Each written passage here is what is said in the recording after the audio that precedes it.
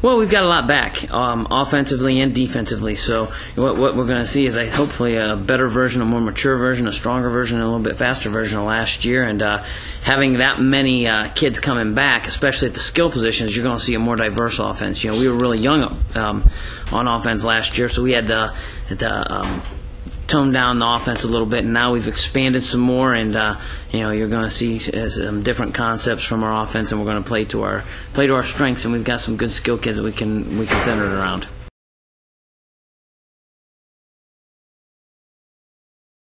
Well, we're trying to offensively. We've got a couple new packages in that we are very excited about. That we. Again, from last year being so young, not having the capacity to do that yet, and this year I think we can expand that. I think we're going to be able to throw the ball a lot more effectively than we did last year. We threw it effectively. Caleb Beans threw for 1,000 yards, but we want to up that by get him to at least 1,500, 2,000 yards passing this year.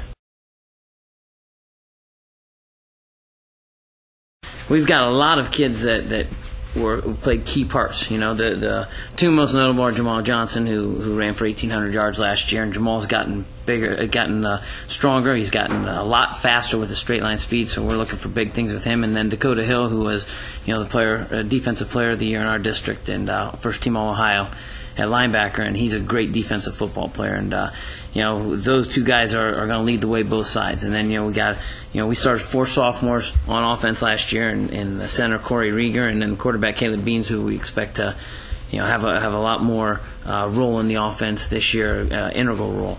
And we're going to put some games on his shoulders, which we didn't do that last year with him as a sophomore.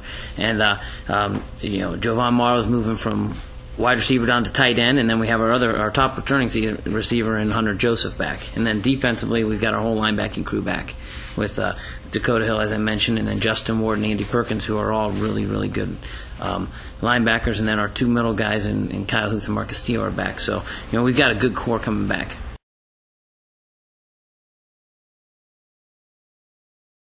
Well, we're looking for exciting things, and we don't have an easy road.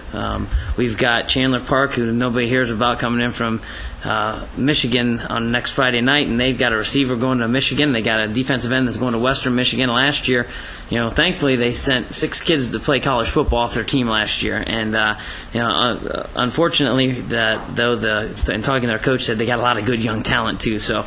There'll be a formidable Week 1 opponent, and then West Branch, who everyone's touting for the NBC championship, they're Week 2, and then we play Barberton, who's always got good players, and Northwest, who arguably could be the best, if not one of the best, if not the best team on our schedule.